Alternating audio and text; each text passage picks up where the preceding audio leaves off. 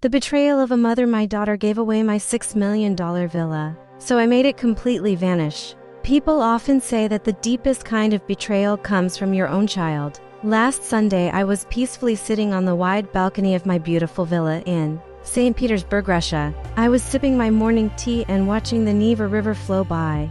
The ancient stone walls of my home were warm in the sun. I truly believed life was perfect. Then my daughter Lily arrived. She brought her arrogant husband, Henry, with her, along with his equally arrogant parents. They all looked like they were ready for a celebration. Lily looked me straight in the eye and her smile was cold. She said, "I have transferred the full ownership of this villa to Henry's family. It's officially theirs now. You are an old pathetic loser." The words hit me hard. My heart didn't just break, it felt like it was crushed and then shattered into a million tiny pieces. I gave her everything. I had given her a life of luxury and I had a great career to pay for it all. I had paid for her expensive university education in another country. I gave her the entire world. This was how she chose to repay me. She had used the legal power of attorney document I gave her last year during my major surgery. But I did not scream. I did not beg. I just slowly smiled because she had no idea who she was really dealing with. She had no idea about the true power I held. The big comeback. The very next day the new owners showed up. They drove up into brand new matching black SUVs and a long shiny limousine. They were laughing loudly and holding champagne bottles in their hands. They were all ready to celebrate their new inheritance. Lily walked behind them. She was wearing expensive designer shoes and a very confident smirk on her face. She looked at me with a look of total victory, but the exact moment they stepped through the heavy iron gates of the villa, sirens started to blare. Bright red lights began flashing everywhere. Dozens of men in black tactical vests stormed the grounds. One of them held up his hand and shouted, "Federal property control. This is a state seizure. Hands in the air." The entire family instantly froze in place. They looked terrified.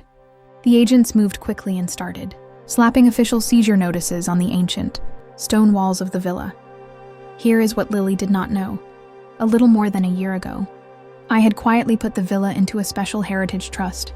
This trust was managed directly by the Russian Ministry of Culture. I had done it as a way to protect the home. It was a famous historical landmark in the region. The legal document and transfer she made was completely illegal. Her paperwork was fake. The Russian government now had the full legal right to reclaim the villa as a piece of national history. The final twist, but I didn't stop there.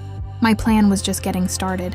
Over the next few hours, I handed the federal agents every single piece of evidence. I gave them every email, every forged document, and every bank transfer her greedy husband Henry had ever made.